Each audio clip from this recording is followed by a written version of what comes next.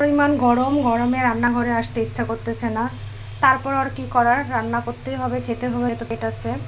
তো আজকে আমি এই যে রান্না করব পটল আলু ভাজি ভাজি করব। আর এখানে রাফির জন্য একটা ডিম ভাজবো, আর কালকারা একটু তরকারি আছে, এটা দিয়ে হয়ে যাবে। কারণ প্রচণ্ড পরিমাণে গরম, গরমে চুলার কাছে আসতে ইচ্ছা করতেছে না। চলেন ভাজিটা শুরু করি।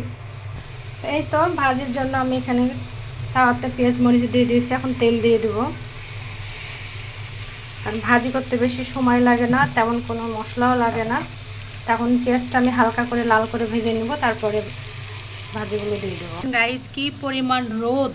এত পরিমাণ রোদ, মনে হচ্ছে যে মানুষের বাইরে বের হলে গা পড়ে যাবে। দেখেন, একটু বাইরের ওয়েদারটা আপনাদের সাথে শেয়ার করলাম। দেখেন, এই তো আমার পেঁয়াজ একটু হালকা করে লাল লাল করে ভাজা হয়ে গেছে। আমি এখন ভাজিগুলো দিয়ে দেবো।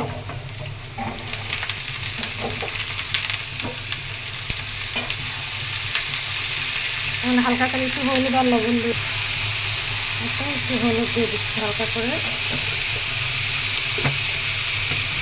একটু লবণ ভালোভাবে এখন নেড়ে নেবো, একটু ঢাকনাটা ঢেকে দেবো। কারণ ভাজি করতে বেশি সময় লাগে না,